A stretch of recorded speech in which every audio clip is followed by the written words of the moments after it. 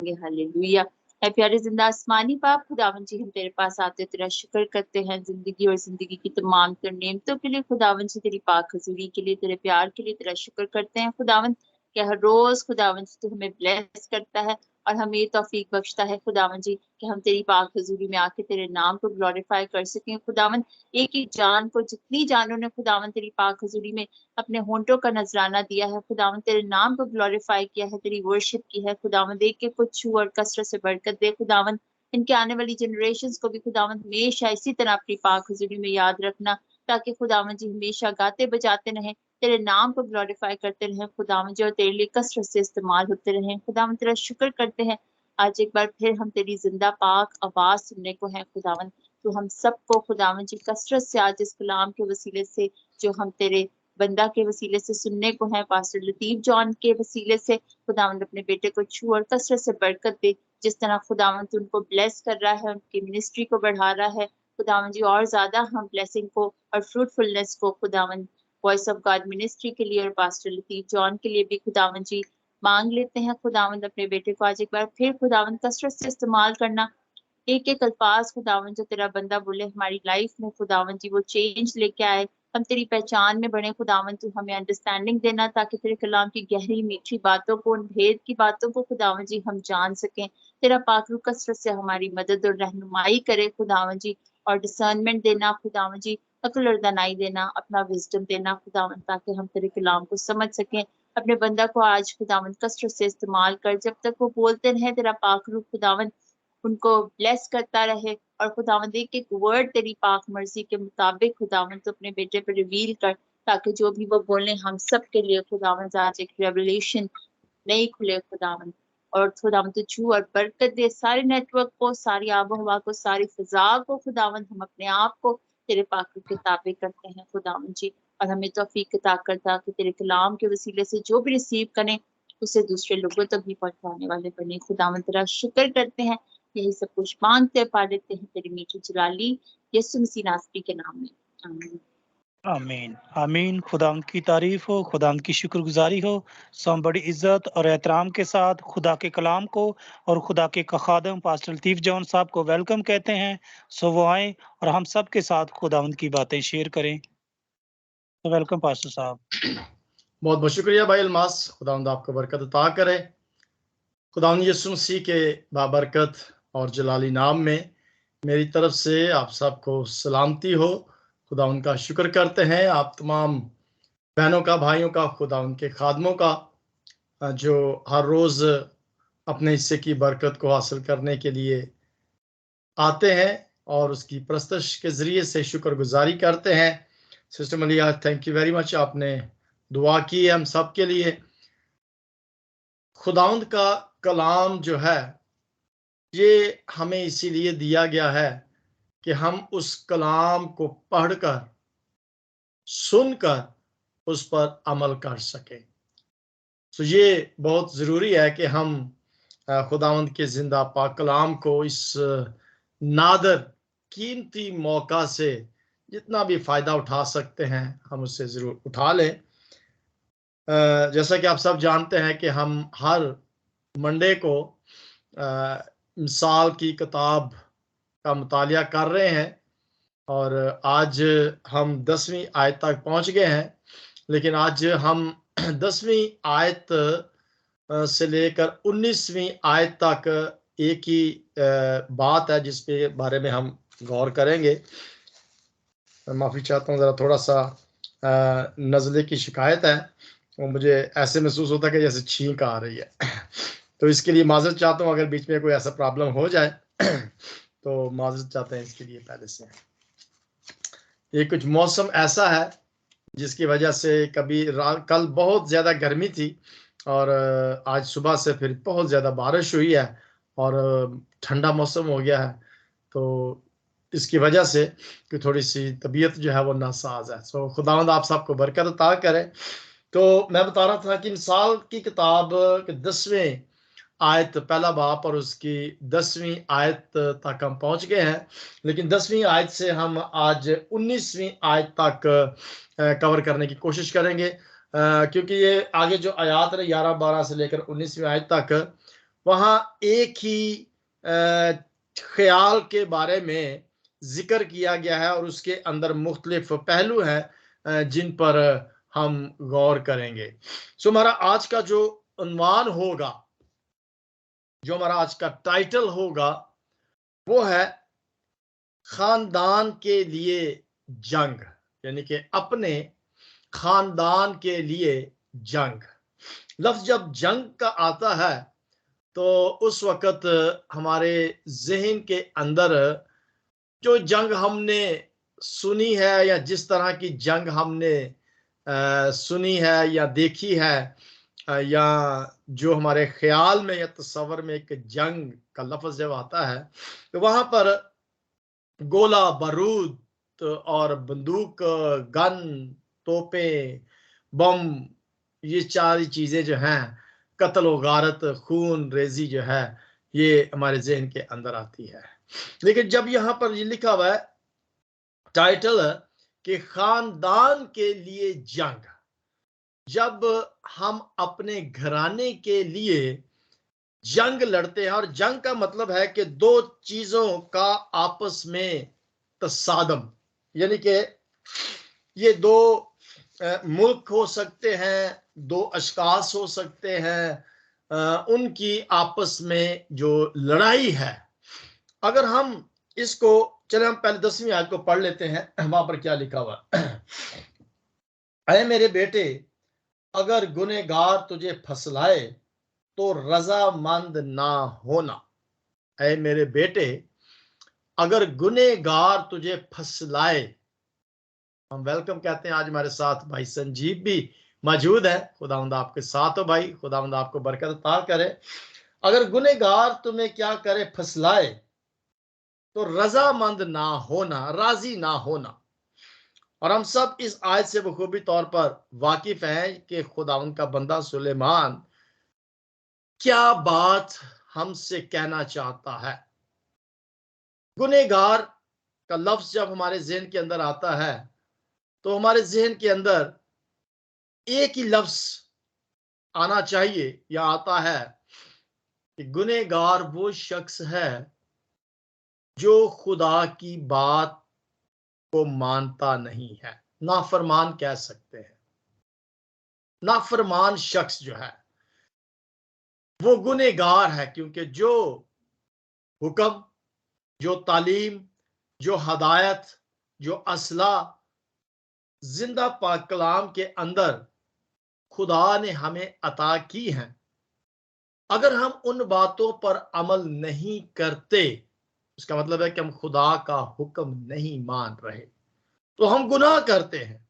और हम सब जानते हैं कि वो कौन कौन से ऐसे अवामल हैं जो हमारी जिंदगियों के अंदर सरजद हैं, या हम अपनी जिंदगियों से उन्हें सरजद करते हैं, दानिस्ता तौर पर या नादानिस्ता तौर पर हमसे सरजद हो जाते हैं। वो तमाम की तमाम बातें जिनसे हमें मना किया गया है, वो हम सब जानते हैं।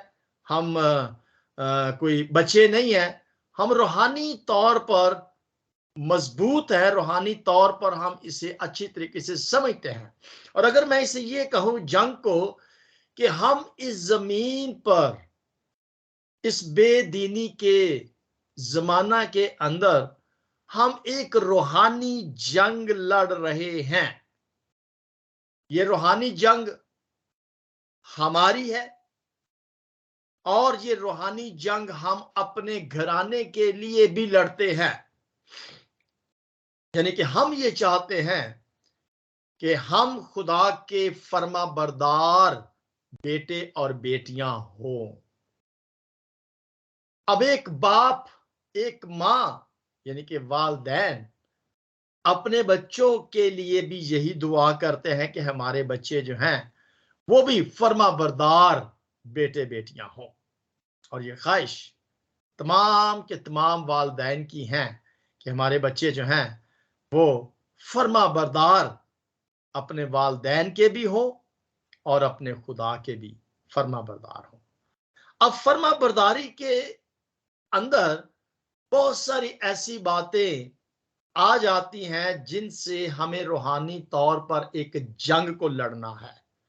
यानी कि जब एक चीज कही जाती है और जब हम उसको नहीं करते तो एक आवाज हमारे ज़हन के अंदर आती है कि कर लो, कोई मसला नहीं, कोई नहीं देख रहा। और दूसरी तरफ आवाज आती है कि नहीं, ये बात गलत है, खुदा ने मना किया हुआ है कि हमने इस चीज को नहीं करना। आगे चल के हम देखेंगे कि वो कौन कौन सी ऐसी बातें हैं जिनके लिए हमें इस बेदीन दौर के अंदर जंग लड़नी है। और ये जंग हम सब अपने लिए भी लड़ रहे हैं और हम अपने बच्चों से भी यही तवक्को रखते हैं। लिखा है कि तू रजामंद ना होना अगर कोई गुनहगार तुम्हें फसलाए। फसलाता कौन है?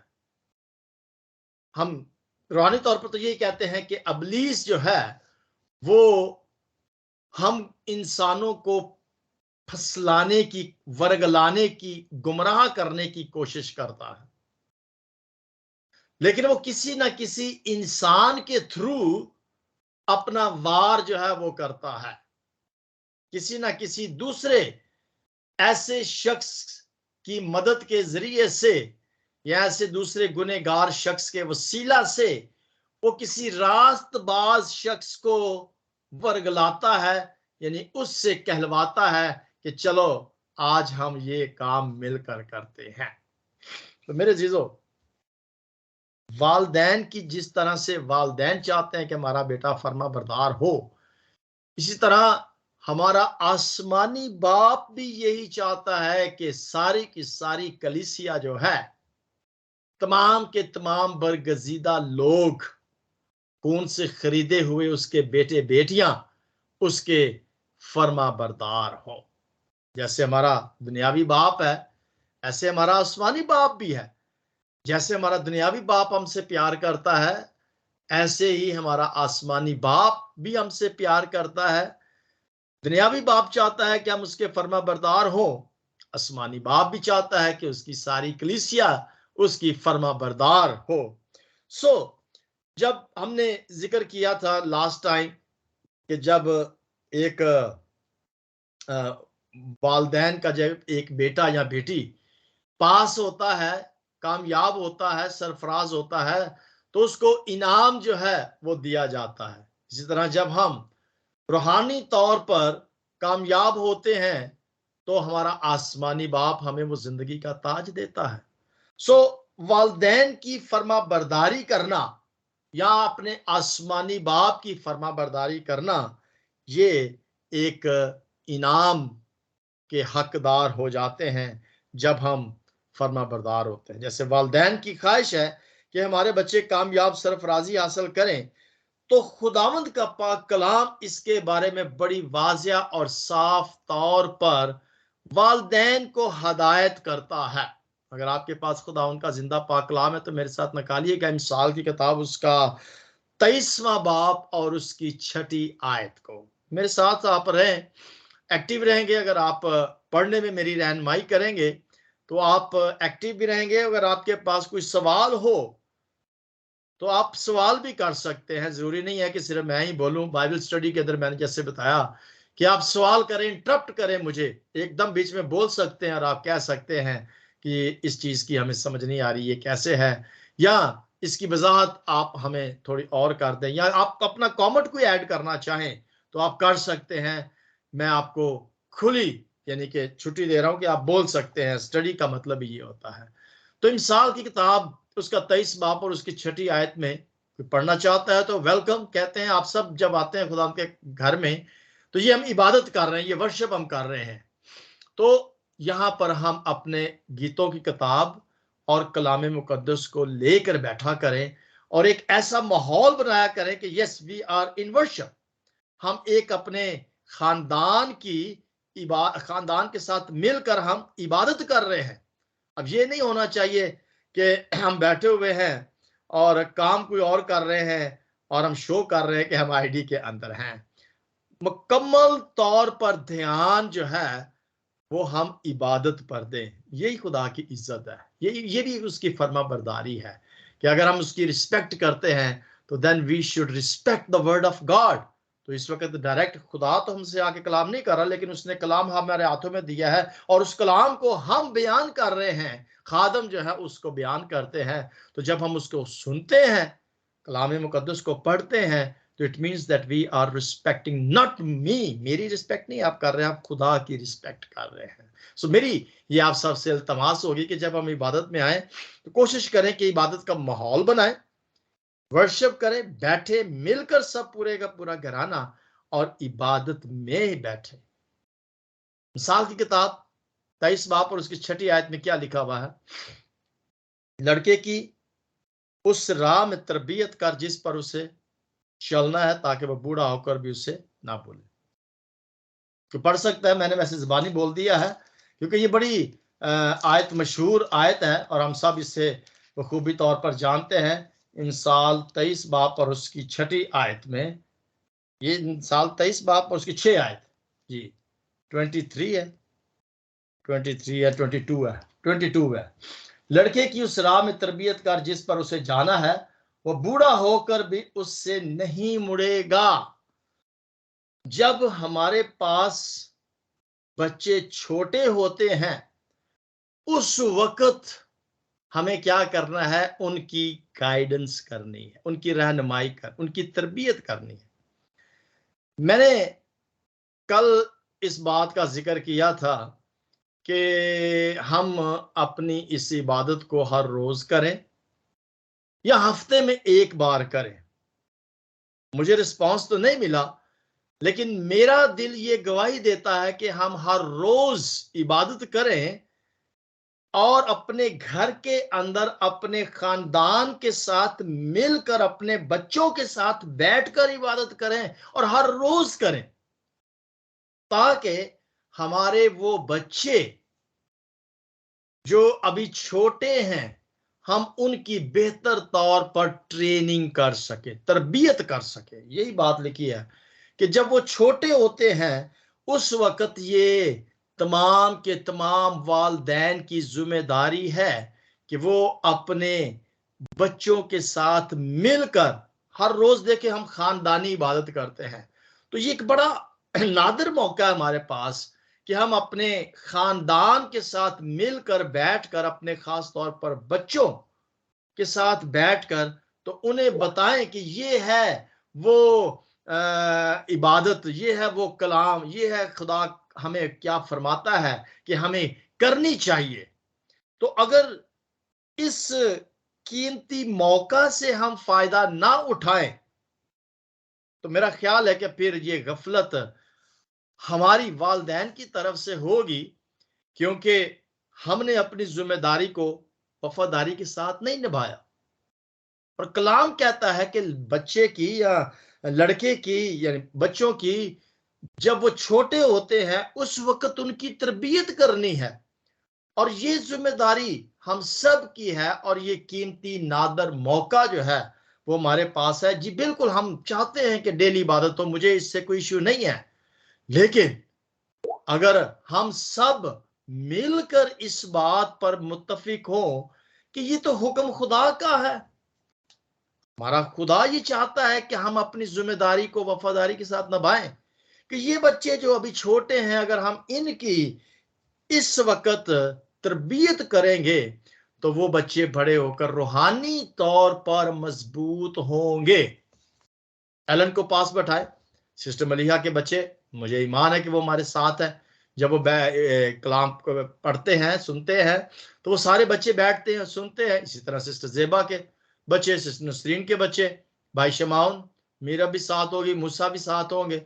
जब वो बैठकर, डियाना भी साथ होगी, तो जब ये बच्चे मिलकर बैठकर वालिदैन को देखेंगे कि हमारे वालिदैन कितनी जिम्मेदारी के साथ बैठते हैं और इबादत में आते हैं और इबादत में शरीक होते हैं, पार्टिसिपेट करते हैं और कलाम को सुनते हैं, तो वालिदैन अपनी जिम्मेदारी को जब निभाते हैं तो बच्चे देखते हैं, तो बच्चे भी बड़े होकर जिम्मेदारी को निभाएंगे, वो जिम्मेदार हो जाएंगे, वो अपने वालिदैन से सीखेंगे। और यानी कि ये एक, यूं कह लें कि ट्रेनिंग जो है ये उस ट्रेनिंग का एक हिस्सा बन जाता है। जैसे हम चर्च जाते हैं तो चर्च के अंदर भी चाहे वो हफ्ते में एक दिन हम जाते हैं, कई जगह पर फ्राइडे की शाम को इबादत होती है, कहीं सैटरडे को, कहीं संडे को इबादत होती है, तो वहां पर बच्चों के लिए खास एहतमाम किया जाता है। और खास तौर पर यहाँ जर्मन के अंदर तो ऐसे होता है कि पहले गीत सारे मिलकर इकट्ठे गाते हैं और उसके बाद जब सरमन का मौका आता है तो बच्चों को फिर अलग से किसी कमरे में ले जाया जाता है और फिर वहां पर बच्चों के माहौल को क्रिएट किया जाता है। तो उनको फिर किसी क्रिएटिविटी के जरिए से उनकी सोच के मुताबिक, उनके जहन के मुताबिक फिर कलाम को पेश किया जाता है, एक्ट किया जाता है। जैसे संडे स्कूल होता है, सैबथ स्कूल होता है, तो ऐसे बहुत सारे चर्चेस के अंदर एक्टिविटीज जो हैं वो की जाती हैं ताकि बच्चे जो हैं वो ट्रेन हो जाए, रूहानी तौर पर मजबूत हो जाए। तो ये बात है कि जब बच्चे ट्रेन हो जाते हैं रूहानी तौर पर, तो फिर वो उस फिसलाने वाले की बात का इनकार करेंगे। लिखा है कि रजामंद ना होंगे। जब अबलीस किसी तरह से भी उनको बहकाने की कोशिश करेगा तो फिर क्या होगा कि उनको पता होगा कि ये बात गलत है, कलाम के अंदर ऐसे लिखी हुई है, ये शख्स मुझे इस तरफ वर्गला रहा है, मैंने इस बात को नहीं मानना।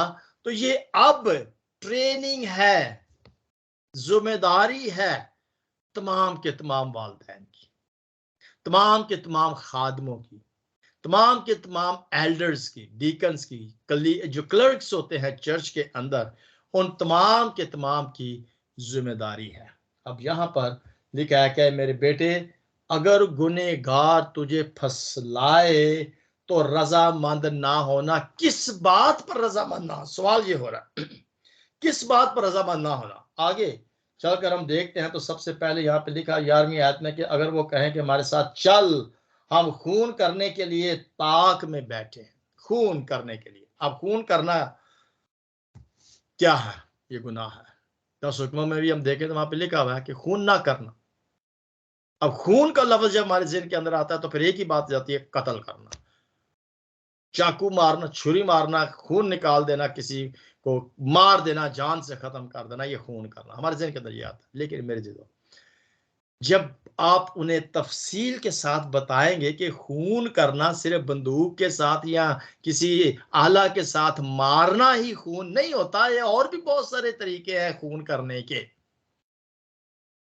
चले मैं आप ही से पूछता हूं, किस तरह से और कत्ल किया जाता है बंदूक और छुरी के अलावा? किस तरह से खून किया जाता है? कोई और तरीका भी है खून करने का? कलाम में लिखा है कि तो खून ना करना।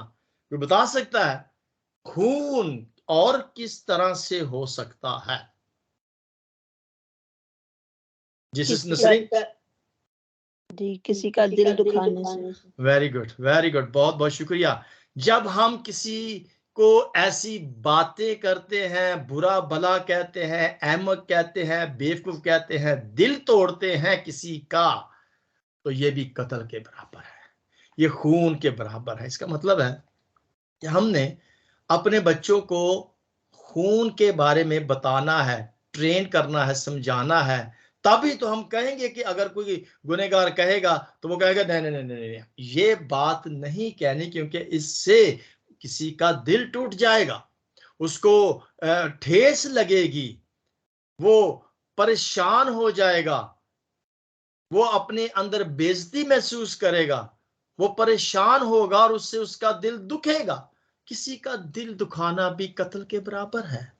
सो मेरे जीजों, यहां पर लिखा है कि अगर कोई गुनहगार कहे कि चलो जी फलां बंदे का खून करते हैं, तो खून सिर्फ छुरी बंदूक से नहीं होता, चाकू से नहीं होता, बल्कि किसी को बुरा भला अहमक कहने से भी क्या हो जाता है? खून हो जाता है। दिल दुखाना, बेवकूफ कहना, बुरे अल्फाज किसी के लिए कहना भी खून या कत्ल के बराबर होता है। हम देखते हैं ये खून के हवाला से कि दिल तोड़ना, बुरा भला कहना, अहमक कहना, बेइज्जती करना, ये बहुत ही कत्ल के बराबर है। मेरे ज़हन के अंदर डिसहार्ट किसी को करना, बिल्कुल सिस्टर जेबा ने कहा, किसी को डिसहार्ट करना, पसिमत कर देना, ये भी कत्ल है, बिल्कुल खून है। मुझे बचपन में एक कहानी सुनाई गई थी और हम इस कहानी को अपने बच्चों को सुना सकते हैं कि ये भी खून करने के बराबर है। और वो बड़ी छोटी सी कहानी है कि एक लकड़हारा था, यानी कि जो जंगल के अंदर लकड़ियां काटता है। और एक दिन क्या होता है कि वो जंगल के अंदर लकड़ियां काट रहा था, तो उसे एक शेर मिलता है और उसके साथ उसकी दोस्ती हो जाती है कि वो हर रोज आता है और शेर भी उसे हर रोज देखता है, उनकी आपस में दोस्ती हो जाती है। ये कहानी बनाई गई है सिर्फ और सिर्फ बच्चों को बताने के लिए कि किसी का डिसहार्ट कर देना, किसी का दिल तोड़ना, बुरा भला किसी को कहना नहीं चाहिए। तो जब उसकी दोस्ती हो जाती है तो एक दिन लकड़हारा जो है वो शेर को अपने घर में इनवाइट करता है। और जब वो इसे इनवाइट करता है तो अपनी बीवी को कहता है कि जी आज अच्छा सा खाना तैयार कर लेना, क्योंकि मेरा एक दोस्त आ रहा है। ठीक है जी, उसने कहा मैं तैयार कर देती हूँ। जब उसने खाना तैयार कर दिया तो उसका जब दोस्त आया तो वो शेर था। तो उसकी बीवी ने कहा कि ये है तेरा दोस्त, ये जानवर तूने दोस्त बनाए हुए हैं, ये कैसा तेरा दोस्त है, ये ऐसा है। उसको यानी कि बड़े गलत से अल्फाज जो थे वो उसने कहे। तो शेर के दिल पर ये चोट लगी कि ये लकड़हारे की बीवी ने ये कैसे अल्फाज मेरे लिए इस्तेमाल किए हैं। नेक्स्ट डे जब वो चला जाता है तो जब लकड़हारे को जंगल के अंदर वो मिलता है तो वो शेर उससे कहता है कि मेरे सर में कुल्हाड़ा मार।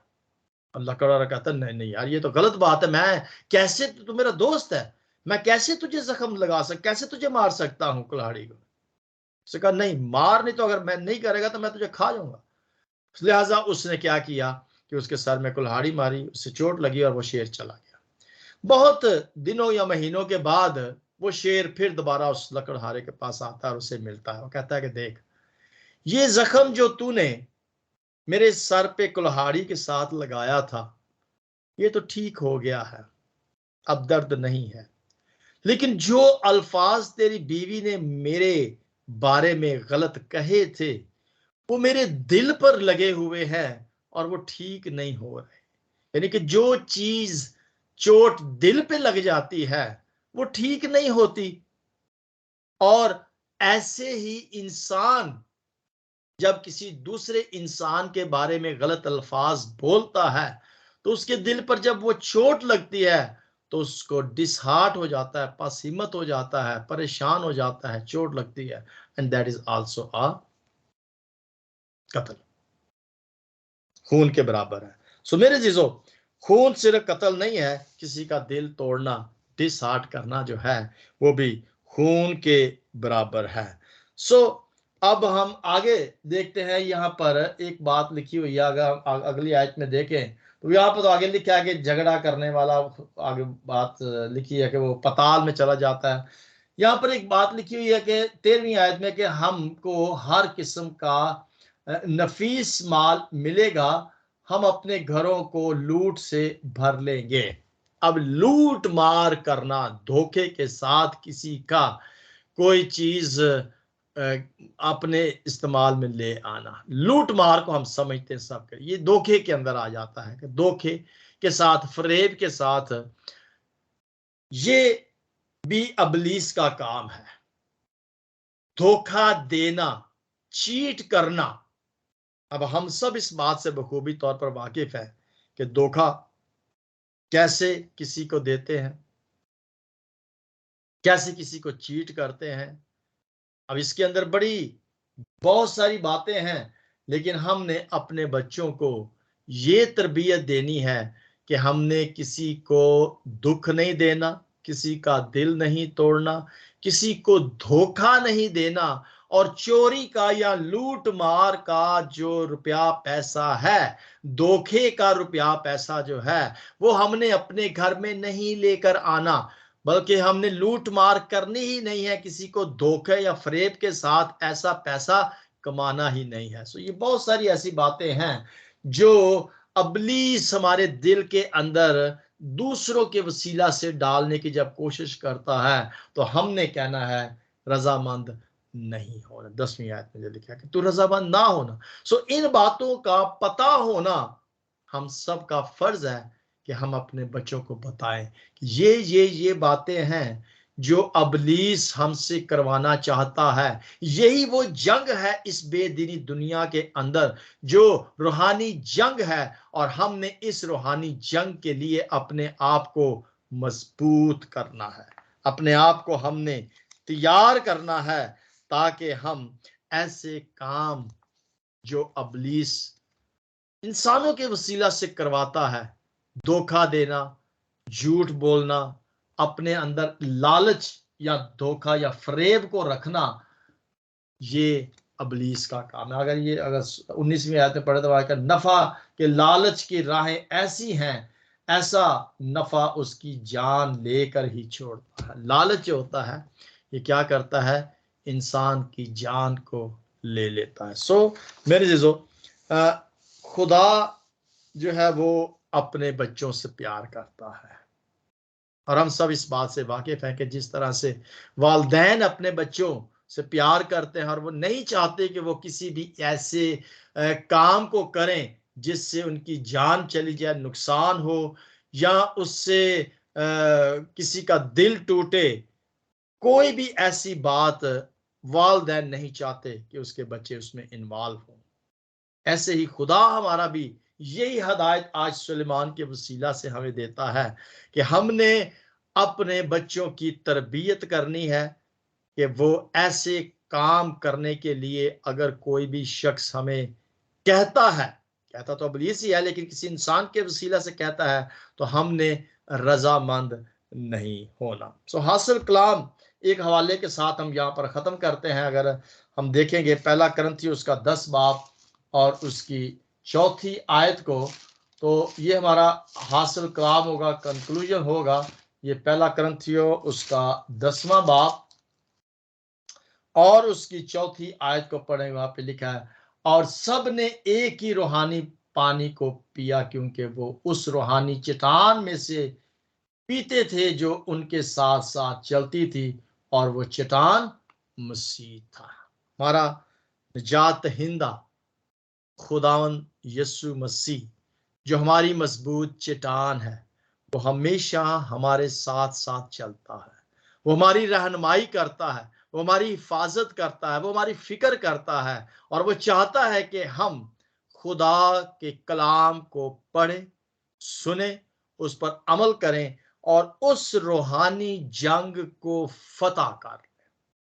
उस रूहानी जंग में ईमान की कुश्ती को हमने वफादारी के साथ लड़ना है और कामयाबी हासिल करनी है। इसके लिए हमें बहुत सारे रूहानी हथियारों की जरूरत है, और उन रूहानी हथियारों को देने के लिए हमें आज से ही अपने बच्चों को ट्रेन करने की जरूरत है, अपने बच्चों को बताने की जरूरत है, सिखाने की जरूरत है कि वो ऐसे हथियार रूहानी ले लें जिसके वसीला से वो अबलीस के हर लड़ाई के हर मुकाबले को फतह कर सकेंगे।